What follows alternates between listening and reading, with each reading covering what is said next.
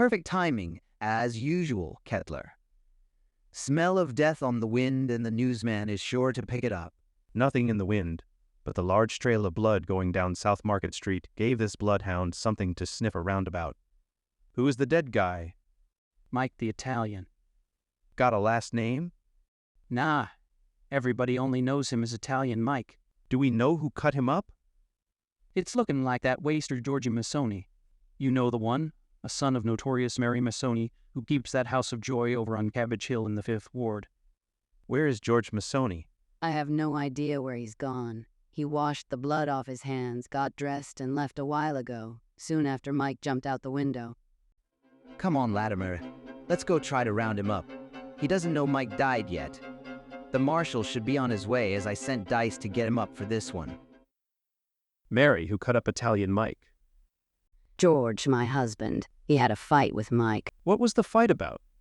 Sometime between midnight and 1 a.m., I reckon. We was woke up by loud banging on our door. George, my boy Harry, and me were all stirred up. I went and opened the door to find Wade Naftsker and Mike outside. What did they want? From what I could tell, they wanted to come in. Something about a bill. I went and fetched George. Then what happened? Mike came busting in the door, shouting something like, "I'll fix the son of a bitch," and went straight after George.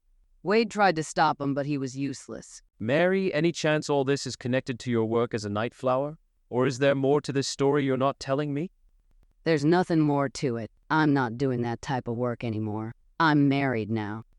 Well, since you're unable or unwilling to tell the truth, you're in for a weekend stay down below in a cell while we sort this all out. Harry, thanks for coming in. Tell me what happened last night. Not like I had much of a choice getting a personal wake-up call and escort from Officer Latimer. How's me mom?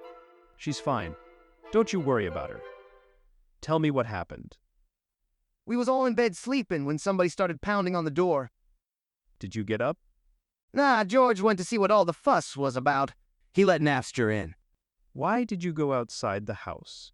Couldn't get back to sleep. Had to piss. So I got up and went outside. After I finished, that's when I saw him standing at the corner of the house. He came over to me, smelled like a brewery. I asked him what he wanted. Said he wanted in the house. Did you let Mike in the house? No. Just when I seen he had a knife in his hand, George opened the door and told me to get in the house and for Mike to shove off. How did Mike react to that? That made Mike boil over and he ran through the door and made a run after George, who fled to the bedroom trying to get away from him. Then what happened? After Mike was in the house, I looked in and saw Naftsker grab Mike, but Mike shook him off and went in the bedroom after George. Didn't see nothing after that, only heard scuffling. So it was Mike's knife. How did George get the knife? Don't know that he did. I stayed outside. I was scared about the knife. Stayed on the porch, out of the way, until I seen Mike come through the window head first. Then, what did you do? That scared the shite out of me. Just stood there like a statue. He lit on his hands and then came up onto the porch for a minute. I didn't say nothing to him, too scared, and he just looked at me, didn't say nothing. What condition was he in at that point? Dying? He wasn't dying, just acted kind of wild, like trembling all over. It was dark, all I could see was some blood coming down his face and seen it was cut up, but not bleeding as much as when he came back later from town. What did Wade Naftsker do during all this? Wade was totally tankard. He left. I think he followed George out. I tried to go back to bed, but not too long later, Mike was back with Latimer and Liner. They brought him in and laid him on the kitchen floor. He was bleeding pretty freely now. Did Mike say anything? Nothing that made any sense. Then what happened next? Latimer and Liner came back with 2 doctors. They worked on Mike for a while, but he died. Then that reporter came, and a little later you came and took me mum away. Morning, Wade. You know Kettler, here from the newspaper. Are you up to answering some questions about what happened last night? I'll try, but it's still all a bit fuzzy. Fuzzy? Wade, I thought that was your hair, every morning. Try to tell me what you do remember. What were you doing yesterday? We started drinking early that day. Then Mike said he was going over to Rich's pool hall. I said I'd join him after I finished my beer. I sat in Rich's for some time watching them play pool when Mike asked me to go along over to Georgie Missoni's. Said he wanted to see George to settle some old accounts. We were very drunk by the time we reached the house. So you only went there because Mike asked you to go? The Missonis didn't owe you any money? Yeah, well no, I really don't know. My head is killing me. I don't remember much, only that there was a bit of a scuffle. What did happen last night? I'll tell you what happened. You've brought disgrace to yourself and your family through your drinking. Let this be a lesson. You should make a vow here and now never to touch, taste, or handle intoxicants ever again, for the sake of your family. Philip's got a point, Wade. Maybe it's time to switch to tea. Wade, this is serious. Italian Mike is dead. Oh, geez. I promise I have drank for the last time. That's all well and good, but what do you remember about last night? I kinda remember George let me in, but stated he did not want that damn black Italian in the house. I felt awful. The room was spinning. Next thing I know, Mike was in the house. Saw nothing more of Mike. Where did he go? Last I heard was the breaking of glass. It couldn't have been more than 5 minutes before I heard the crash of glass and George came back to the kitchen, his hand all bloody, saying his hand got hurt. Told us Mike jumped out the window. I went outside to look for Mike, called for him several times, but he was gone. So I made my way to my father's mill, where I slept until daylight before coming home. I didn't know Mike was hurt bad. With all due respect, it seems like a pretty clear-cut case of self-defense to me, sir. But that dang Masoni family is nothing but trouble for this town. His drunkard mother running that whorehouse on Cabbage Hill, his simpleton sister begging on the corner downtown, and his so-called wife, a known pickpocket and prostitute. That may all be true, sir, but you can't convict a man for simply being related to criminals.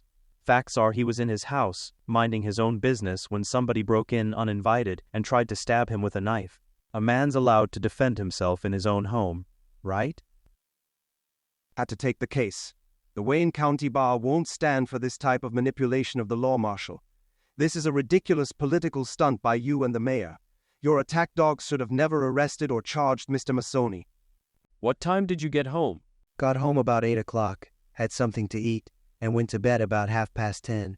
Sometime later my wife woke me up. Said someone was at the door. Did you get up? No. Well, yeah. My wife went to see who it was. Came back, told me it was Wade Naftzger. I went out to see what Wade wanted. Who let Wade in? My wife opened the door, but I let him in. Wade told me Mike was outside. I told Wade he could come in, but Mike had to stay out.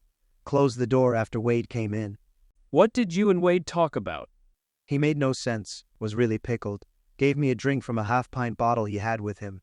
Then said he didn't feel so good and needed to lay down for a minute, which he did. I went back to my bedroom. Then what happened? I heard Harry get up and go outside. After a bit, I went and opened the door to tell Harry to hurry up and get back in the house, and that's when I saw Mike talking to Harry. So I said, "Mike, I have told you I don't want you around here," and started to shut the door when Mike came busting in and started striking at me with a knife and cut my nightshirt. What did you do? Wasn't much I could do, barefoot and dressed in nothing but my nightshirt. I ran into my bedroom while Wade tried to pull Mike away, but Mike followed me into the bedroom. My wife screamed and ran out of the room, and I jumped on the bed. All this time, Mike kept striking at me with his knife. I grabbed a picture frame off the wall to block the knife. He cut my nightshirt a few more times, and after the frame broke, I jumped off the bed and grabbed my razor lying on the stand. Did you cut Mike with the knife or the razor? Done it with the razor. I never got the knife from him. Once you had the razor, how many times did you cut Mike? I was just swinging the razor to keep him away from me. Eventually, he went down on his knees, dropped the knife on the floor, and then all of a sudden got up and jumped out the window. After Mike left through the window, what did you do? I didn't think Mike was hurt bad. I got dressed and went to the kitchen, washed my hands, and told the old woman I was leaving. Leaving to go where? I went out through the bottoms to the brewery and waited in their barn for my brother Joe to come to work. Told him I had a fight with Mike. He told me to go to the old home, wash up, and go right to the mayor's office. That's what I was going to do, but Latimer and Liner showed up at my father's place before I had a chance to get to the mayor's. Did you hold a grudge against Mike from the time a few weeks ago when you caught him in your bedroom with your wife? No grudge. I thought hitting him over the head with the hammer was enough for that at the time. You did not go outside to confront Mike and get revenge? No. I only opened the door to get Harry to come back in. He's been sick. I never went outside. Did you want to kill Mike? No. I did not mean for him to die. Slashed him to save myself, my own life. Mr. Kettler, we're going to need those pages if you want to get them typeset in time for this evening's edition. Is it true nobody went to the Italian's burial? Sadly, yes. After getting word from the mayor, Layman closed the public viewing, put the body in a cheap coffin, loaded it up on Will Bevington's wagon, and drove out to Worcester Cemetery. Sexton Forney already had a spot open in Potter's Field. I was there to see who might show up, but nobody came. They just lowered the coffin into the ground and covered him over. Not a prayer was offered, a song sang, or a word said. These pages are now ready for the typesetter.